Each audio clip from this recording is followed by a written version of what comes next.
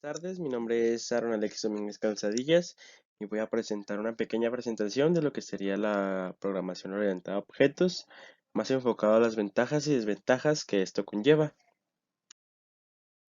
Bueno, partiendo para un tema un poco más básico, la pregunta sería, ¿qué es la programación orientada a objetos? La programación orientada a objetos, o se le denomina como PO, es un paradigma de programación, es decir, un modelo o un estilo de programación que nos da guía sobre cómo trabajar con él. Se basa en el concepto de clases y objetos. Este tipo de programación sirve mucho día a día en diferentes tipos de proyectos y ahorita pues vamos a explicar para qué nos podrían servir. ¿Para qué sirve? El objetivo del PO o de la programación orientada a objetos es para catalogar y diferenciar el código en base a estructuras jerárquicas dependientes al estilo de un árbol genealógico. Eh, Como había mencionado antes, se está representada mediante objetos y clases. Los objetos se crean a partir de una serie de especificaciones o normas que definen cómo va a ser el objeto. Esto es lo que en el POS se conoce como una clase. Las clases definen la estructura que van a tener los objetos que se crean a partir de ella, indicando qué propiedades y métodos tendrán los objetos. Ok, aquí expresaremos lo que serían tres ventajas principales de lo que sería la programación orientada a objetos. Por, por consecuente, el primero sería descomponer el programa. ¿A qué me refiero con eso? Gracias a conceptos como la modularización y la abstracción, la programación orientada a objetos permite la división del problema en partes pequeñas. Y es con esto que se supone que una gran ventaja a la hora de encarar problemas complejos con la programación funcional sería una tarea muy pesada o muy reburujada. Otra sería el orden y la legibilidad.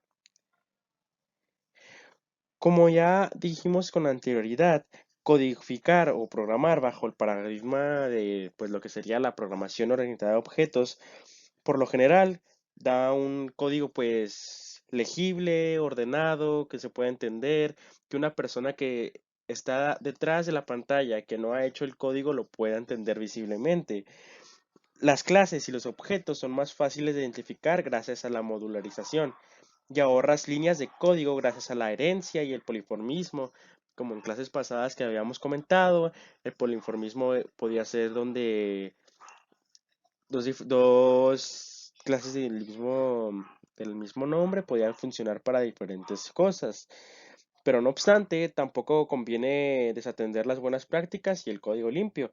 A esto se refiere a que pues tenemos que seguir un ritmo o un tipo de estructura en un código para poder hacerlo de la mejor manera y mucho más eficiente, no gastar líneas en código, y esto sería como la orden y legibilidad.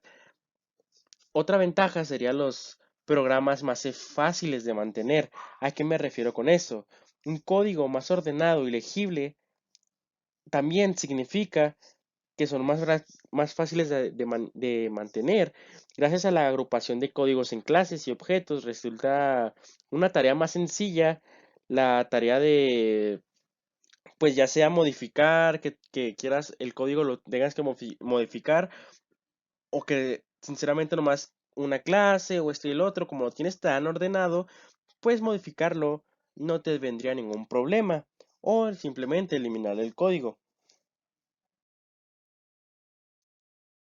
Ahora pasamos con lo que serían las desventajas, que también traje tres en este momento. La primera sería que no es recomendable para tareas fáciles. ¿A qué me refiero con esto? La programación orientada a objetos es muy útil para enfrentar problemas mucho más amplios y complejos, donde el usuario o el mismo programador se está enfrentando a un problema mucho más grande que solo sea la suma de un número, la comparación de tantas letras.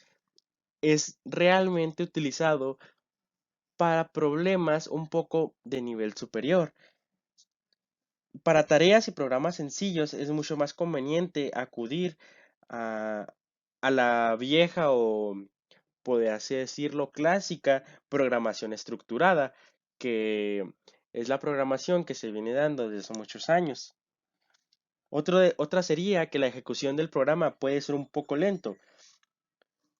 No es en sí una máxima de que también, o sea, que se puedan presentar en otros programas, pero en un programa desarrollado en base a la programación orientada a objetos, suele tener una ejecución un poco más lenta en comparación al tipo de programa que está estructurado.